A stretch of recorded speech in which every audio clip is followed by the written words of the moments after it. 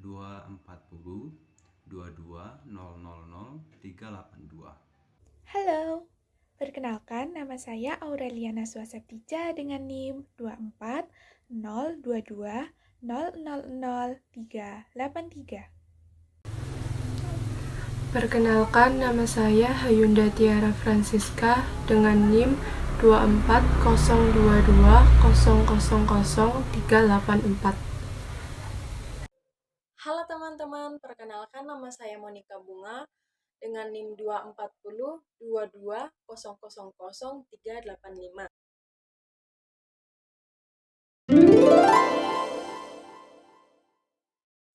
Pasar monopoli merupakan struktur pasar di mana hanya terdapat satu penjual atau produsen yang menguasai penawaran suatu produk atau jasa.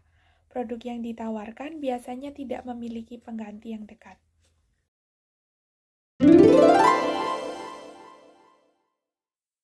Ciri-ciri pasar monopoli yaitu yang pertama, hanya ada satu penjual, di mana produsen tersebut menguasai pasar. Yang kedua, produk yang ditawarkan terkesan unik, tidak adanya produk substitusi yang mendekati. Yang ketiga, hambatan yang masuk tinggi.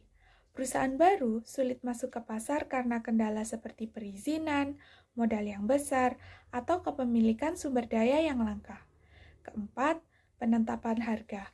Perusahaan monopoli memiliki kekuatan untuk menetapkan harga atau price maker. Contoh pasar monopoli yaitu yang pertama adalah PT PLN atau Perusahaan Listrik Negara, di mana perusahaan ini merupakan penyedia tunggal listrik di Indonesia. Yang kedua yaitu PT KAI atau Kereta Api Indonesia, di mana PT KAI adalah penyedia utama jasa transportasi kereta api di Indonesia.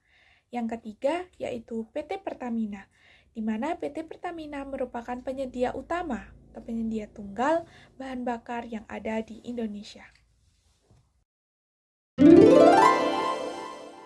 Jenis-jenis pasar monopoli. Yang pertama adalah monopoli alamiah atau natural monopoli.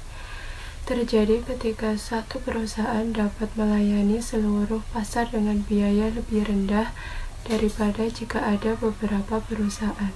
Contohnya adalah utilitas publik seperti air dan listrik. Yang kedua adalah monopoli hukum atau legal monopoly.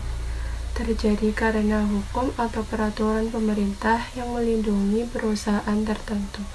Contohnya adalah hak paten dan lisensi eksklusif. Yang ketiga, monopoli teknologi. Perusahaan memiliki kontrol atas teknologi yang unik dan tidak bisa ditiru oleh perusahaan lain. Kebijakan pemerintah terhadap monopoli. Yang pertama, pengaturan harga. Pemerintah dapat menetapkan harga yang wajar untuk produk yang diproduksi oleh perusahaan monopoli. Yang kedua, pembatasan paten. Pemerintah dapat membatasi hak paten agar tidak terjadi monopoli terlalu lama.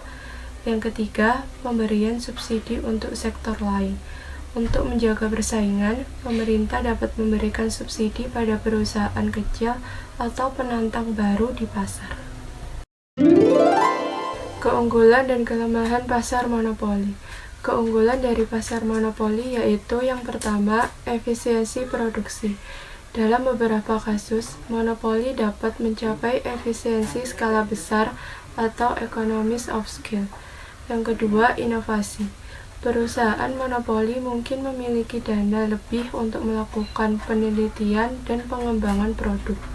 Kelemahan dari pasar monopoli yaitu yang pertama, harga tinggi. Monopolis sering menetapkan harga yang lebih tinggi dibandingkan pasar persaingan sempurna. Yang kedua, pilihan konsumen terbatas. Konsumen tidak memiliki banyak alternatif karena produk yang ditawarkan unik. Yang ketiga, kurang efisien. Tanpa persaingan, perusahaan monopoli cenderung kurang efisien dan inovatif.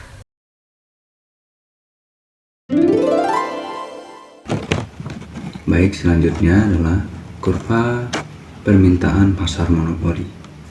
Kurva permintaan pasar monopoli menurun dari kiri atas ke kanan bawah atau yang disebut dengan negatively slope. mencerminkan bahwa perusahaan monopoli harus menurunkan harga untuk menjual lebih banyak unit. Kemudian selanjutnya adalah penetapan harga dalam pasar monopoli. Perusahaan monopoli menetapkan harga berdasarkan biaya marginal atau marginal cost dan pendapatan marginal atau marginal revenue.